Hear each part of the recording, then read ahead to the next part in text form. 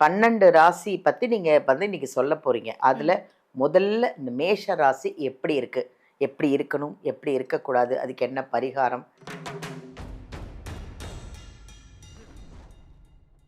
தோசை சுடுற நீ சூப்பரா சுடுற நீ எல்லாம் மாஸ்டர் செஃப்ல கலந்துக்கணும் இப்படின்னு குழந்தைங்க கிண்டல் அடிக்கும். சில குழந்தைங்க ஒரு கல்லு மிச்சமா போய் தோசையை தூக்கி எறியும். அம்மா மனசு ரொம்ப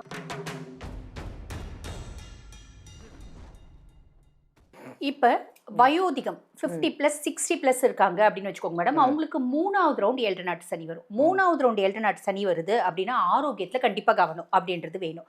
அப்ப மேஷராசி அன்பர்களாவே இருந்தாலும் ரொம்ப இளம் வயசுக்கு விரைய சனி பெருசா அந்யோன்யம் அப்படின்றது இருக்காது. இப்போ ரொம்ப சிம்பிள் மேடம்.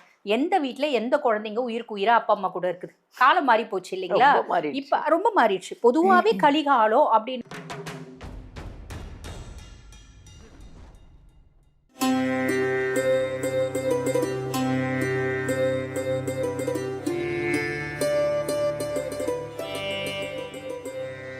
எல்லாருக்கும் வணக்கம். உலகத்துல உள்ள அத்தனை ஜோதிடம் யுகம் சேனல் அத்தனை பேருக்குமே, ஏன்னா இந்த ஜோதிட யுகம் சேனலுக்கு அவ்வளோ ரசிகர்கள் இருக்கீங்க, அவ்வளோ ஃபேன்ஸு, அவ்வளோ அழகாக எங்கள் சேனலை வாட்ச் பண்ணி லைக் பண்ணி சப்ஸ்கிரைப் பண்ணி அவ்வளோ அழகாக கமெண்ட்ஸ் போடுறீங்க. எவ்வளோ சந்தோஷமாக இருக்குது தெரியுமா? இப்போ நம்ம வந்து முக்கியமான ஒரு விஷயத்துக்கு போக போகிறோம். இந்த வருஷ பிறப்பு 2026 வந்துடுச்சு. இதில் இப்போது தமிழ் வருடப்பிறப்பு. அப்போது இந்த தமிழ் வருடப்பிறப்பில் 12 ராசி எப்படி இருக்குது அப்படின்னு நீங்கள் மட்டும் இல்லைங்க, நானும் தெரிஞ்சுக்கணுன்னு ஆசைப்பட்றேன். ஏன்னா அதில் எல்லாரும் ஒரு ஒரு ராசியில் இருப்போம் இல்லையா? இதை கணிச்சு அவ்வளோ அழகாக நம்ம சொல்கிறதுக்காக வந்திருக்காங்க ஜோதிடர் டாக்டர் தீபா அருளாளன் அவர்கள். நான் வந்து நானே முதல்ல அவங்களோட ஃபேனு தான். ஏன்னா அவ்வளோ அழகாக மேடையில் பேசுகிறதா இருக்கட்டும், அவங்களோட ஸ்பீச்சு அவ்வளோ அழகாக ஒரு பக்தி வாய்ந்து, அந்த வாராகி அம்மனை பற்றிலாம் நான் நேரடியாக அவங்க பேசும்போது பார்த்துருக்கேன். அவ்வளோ எனக்கு ரொம்ப பிடிக்கும் எனக்கு அவங்கள. இப்போ அவங்க வாயால் இந்த 12 ராசி இந்த தமிழ் வருஷ பரப்பில் எப்படி தான் இருக்க போகுது அவங்க வாயால் கேட்போமே. அவங்கள சந்திக்கலாமா? வணக்கம் மேம். வணக்கம் மேம். எப்படி இருக்கீங்க? நல்லா இருக்கேன். நீங்க எப்படி இருக்கீங்க? நான் நல்லா இருக்கிறத விட நீங்கள் அப்படியே பிரகாசமாக ஜெகஜோதியாக இருக்கீங்க. அவ்வளோ அழகாக பியூட்டியாக இருக்கீங்க. நன்றி. பார்த்தோன்னு ஒரு வைப்ரேஷனு.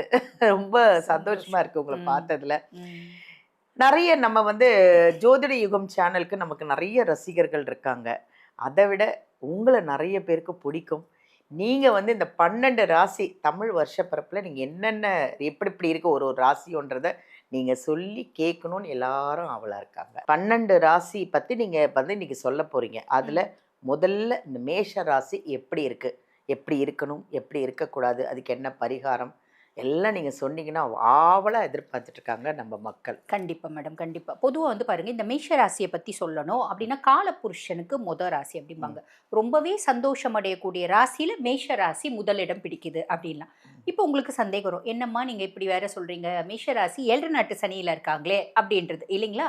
7 நாட்டு சனியில இருந்தாலும் மேடம், மேஷ ராசி அன்பர்களுக்கு இப்ப எல்லாருக்கும் எல்லா மேஷராசி அன்பர்களுக்கும் ஒரே விதமான பலன்கள் வருமா? கிடையாது மேடம். இப்ப மேஷராசி அன்பர்களா இருந்தாலும் 7 நாட்டு சனியில இருந்தாலும் ரொம்ப இளம் வயசு அப்படின்னு வச்சுக்கோங்களேன், 20+, 10+, அவங்களுக்கு வரக்கூடிய பலன்கள் அப்படின்றது வேற. எப்படி ரொம்ப எளிமையா சொல்லணும் அப்படின்னா, இப்ப வந்து பாருங்க, இப்ப நம்ம இதெல்லாம் அனுபவப்பட்டிருப்போம். குழந்தைங்க வந்து பாத்தீங்கன்னா, வீட்ல தோசை சுட்டு கொடுக்குறோம் அப்படின்னு வச்சுக்கோங்களேன், என்ன தோசை சுடுற நீ சூப்பரா சுடுற நீ எல்லாம் மாஸ்டர் செஃப்ல கலந்துக்கணும் இப்படின்னு குழந்தைங்க கிண்டல் அடிக்கும். சில குழந்தைங்க ஒரு கல்லு மிச்சமா போய் தோசையை தூக்கி எறியும். அம்மா மனசு ரொம்ப காயப்படும் இல்லைங்களா? எங்க வீட்ல இருக்கு. அந்த மாதிரி எல்லாம் பிள்ளைங்க இருக்கு அப்படின்னா, அந்த பிள்ளைங்க இப்ப மேஷ ராசியா இருக்காங்க அப்படின்னா, அவங்களுக்கு சனி பகவான் எப்படி படிப்பினையை கொடுப்பாரு அப்படின்னா, படிச்சு முடிச்சுட்டு இருப்பாங்க, வேலைக்குன்னு வெளியூர் போயிருப்பாங்க. அம்மா விட்டு வேலைக்கு போகக்கூடிய சூழ்நிலை. வெளியூர் போயிட்டு அங்கேயே வந்து பாத்தீங்கன்னா ஒர்க் ஸ்பாட்லயே லஞ்ச் கொடுக்குற மாதிரி, இல்ல பிரேக்ஃபாஸ்ட் கொடுக்குற மாதிரி அப்படி ஒரு அமைப்பு, இல்லைன்னா மெஸ்ல போய் சாப்பிடணும். அங்க போயிட்டு காஞ்சி போன தோசையை புள்ள சாப்பிடும். சாப்பிடும்போது ஐயோ நம்ம அம்மா எவ்வளோ நம்மளுக்கு சூடாக சுட்டு கொடுத்தாங்க, அம்மாவை எவ்வளோலாம் நம்ம காயப்படுத்தியிருப்போம், கஷ்டப்படுத்தியிருப்போம், அம்மானோட வேல்யூவை புரிய வைப்பார். இது ரொம்ப இளம் வயசு மேஷராசி அன்பர்களாக இருக்காங்க அப்படின்னா, கண்டிப்பாக சில பல படிப்பினைகள், சோதனைகள், வேதனைகள், இன்னல்கள், இடையூறுகள் எல்லாமே இருக்க தான் செய்யுது. இதில் எங்கே சந்தோஷம் வந்துச்சு அப்படின்ற மாதிரி உங்களுக்கு தோணுது இல்லையா? நம்மளும் எல்லாம் ஆடியன்ஸ்க்கும் அந்த மாதிரி தோணும். நம்ம அதாவது இந்த விஷயத்தை எக்ஸ்பிளைன் பண்ணிட்டு சொல்லலாம். இப்போ இதே மத்தியம வயசு மேஷராசி அன்பர்களா இருக்காங்கன்னு வச்சுக்கோங்களேன், 30+ இருக்காங்க, 40+ இருக்காங்க அப்படின்னா அவங்களுக்கு பொங்கு சனி மேடம். பொங்கு சனி அப்படின்னா அப்படியே காசு பணம் பொங்கி வருமா அப்படியும் கிடையாது. நீ எந்த அளவுக்கு ஓடுறியோ, நீ போய் சேர வேண்டிய ஊருக்கு பஸ் கிடையாது, ட்ரெயின் கிடையாது, ஃப்ளைட் கிடையாது, கார் ரோடும் கிடையாது. ஓடியே தான் நீ போணும். நீ எவ்வளோ ஸ்பீடா ஓடுறியோ அவ்வளோ ஸ்பீடா நீ போய் சேர்ந்துருவ. அப்ப நீ எந்த அளவுக்கு முன்னேற போற உன் கையிலேயே இருக்கு உன் வாழ்க்கை அப்படின்றது நம்ம சொல்லிக்கலாம். இப்ப வயோதிகம் 50+, 60+ இருக்காங்க அப்படின்னு வச்சுக்கோங்க மேடம். அவங்களுக்கு 3வது ரவுண்ட் 7 நாட்டு சனி வரும். 3வது ரவுண்ட் 7 நாட்டு சனி வருது அப்படின்னா ஆரோக்கியத்துல கண்டிப்பா கவனம் அப்படின்றது வேணும். அப்ப மேஷராசி அன்பர்களாவே இருந்தாலும் ரொம்ப இளம் வயசுக்கு விரைய சனி, மத்தியம வயசுக்கு பொங்கு சனி, வயோதிகத்துக்கு தங்கு சனி அப்படின்றது இருக்கு. இப்ப இதுல சந்தோஷமே வரலையே, பிரச்சனை தானே நீங்க சொன்னீங்க அப்படின்னா ரொம்ப சிம்பிள் மேடம். இந்த தமிழ் புத்தாண்டு பராப வருடம் என்ன ஆகுது அப்படின்னா குரு பயிற்சி அப்படின்றது ஒன்று எக்ஸலண்டா நடக்க போகுது.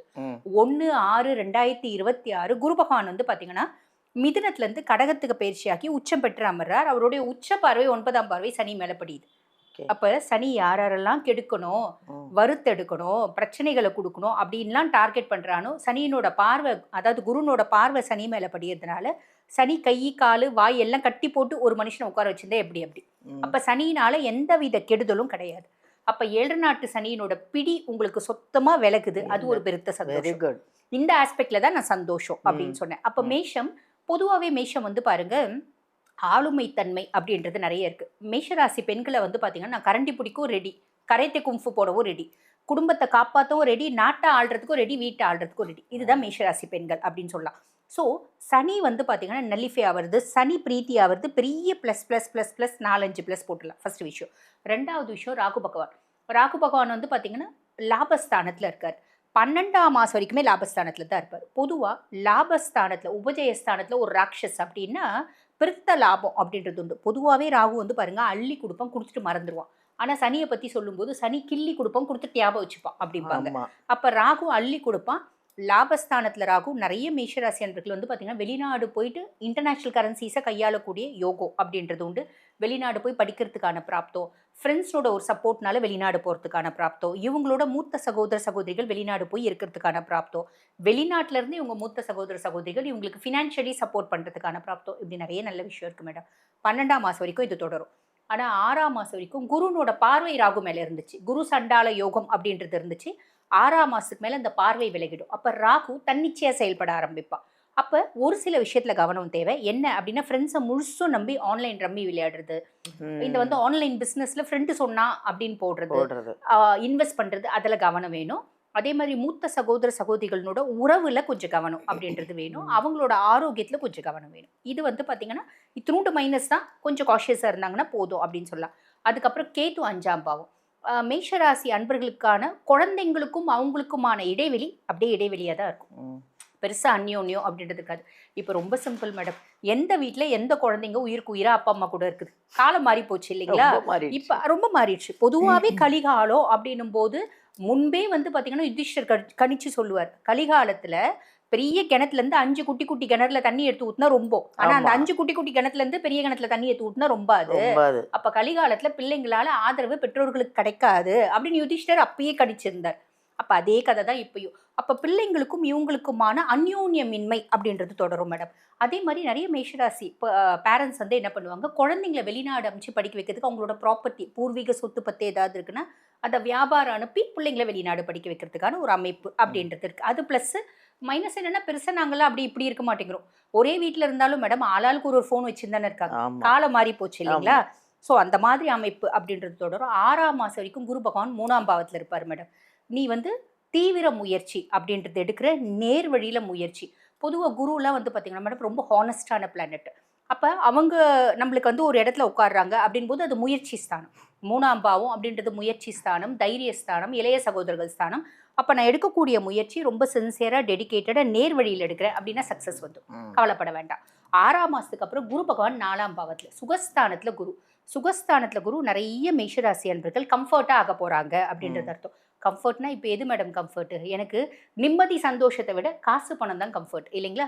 நிறைய பேர் வீடு கட்டுவாங்க, வீடு வாங்குவாங்க, நிலப்புலம் வாங்குவாங்க, பிள்ளைங்களை வெளிநாடு அமைச்சே படிக்க வைக்கிறது, அதே மாதிரி ஒரு வண்டி வாகனம் வாங்குறது, இப்படி நிறைய நல்ல விஷயம் சாலிடாக நடக்க போகுது மேடம். இல்லை எந்த டவுட்டும் இல்லை. எல்லாம் ஜூன் ஆஃப்டர் ஜூன் வந்து பார்த்தீங்கன்னா ஒரு பெருத்த அதிர்ஷ்டம். இப்ப நெறைய பேர் என்ன தெரியுங்களா மேடம், அதிர்ஷ்டம்னோனே எனக்கு பயங்கரமா அதிர்ஷ்டம் கொட்டணும் அப்படின்றாங்க. இந்த சினிமா படத்துல ஒரே பாட்டுல பெரிய ஆள் ஆயிடுவாங்க பாருங்க. அந்த மாரி எக்ஸ்பெக்ட் பண்ண முடியாது. பட் இருந்தாலும் ஒரு நல்ல இம்ப்ரூவ்மெண்ட். ஒரு சிலருக்கு ரூ. 10 இம்ப்ரூவ்மெண்ட், ஒரு சிலருக்கு 10 பைசா இம்ப்ரூவ்மெண்ட், ஒரு சிலருக்கு 10 கோடி ரூபாய் அவங்கவங்க இம்ப்ரூவ்மெண்ட். ஜாதகத்தை பொறுத்து. அவங்க செய்யக்கூடிய வேலை, அவங்களோட வேலை, படிப்பு இத படிப்பு. பொறுத்து. இம்ப்ரூவ்மெண்ட் அப்படின்றது சாலிடா இருக்கும் மேடம். வெரி கவலைப்பட குட், வேண்டாம். Very good. ரொம்ப நன்றி மேம். நன்றி. இவ்வளோ அழகா தெளிவா எல்லாருக்கும் புரியுற மாதிரி சூப்பரா சொல்லிட்டீங்க. மேஷம் ராசி, மேஷ ராசி வந்து இப்ப பயப்பட மாட்டாங்க. ஓகே, ஜூன் வரைக்கும் கொஞ்சம் வெயிட் பண்ணிடுவோம். வெயிட் பண்ணுவோம். அப்படியே பல்ல கடிச்சிட்டு ஓட்டிடுங்க. ஜூனுக்கு மேல வேற லெவலா இருப்பீங்களாம். இங்க அஸ்ட்ராலஜர் டாக்டர் தீபா அருளாளன் மேம் வந்து அவ்வளோ உங்களுக்கு வந்து ஒரு தைரியம் கொடுத்தாங்க. இந்த 12 ராசி தமிழ் வருஷப்பிறப்புல ஜூனுக்கு அப்புறம் குரு பயிற்சிக்கு அப்புறம் உங்கள் 12 ராசி எப்படி இருக்குன்னு அவ்வளோ அழகாக சொல்லிட்டாங்க. அதில் ஒன்று கூட நெகட்டிவ் கிடையாது, எல்லாருக்கும் பாசிட்டிவ். எல்லாம் ஜூனுக்கு அப்புறம் அவ்வளோ நல்லா இருக்குது.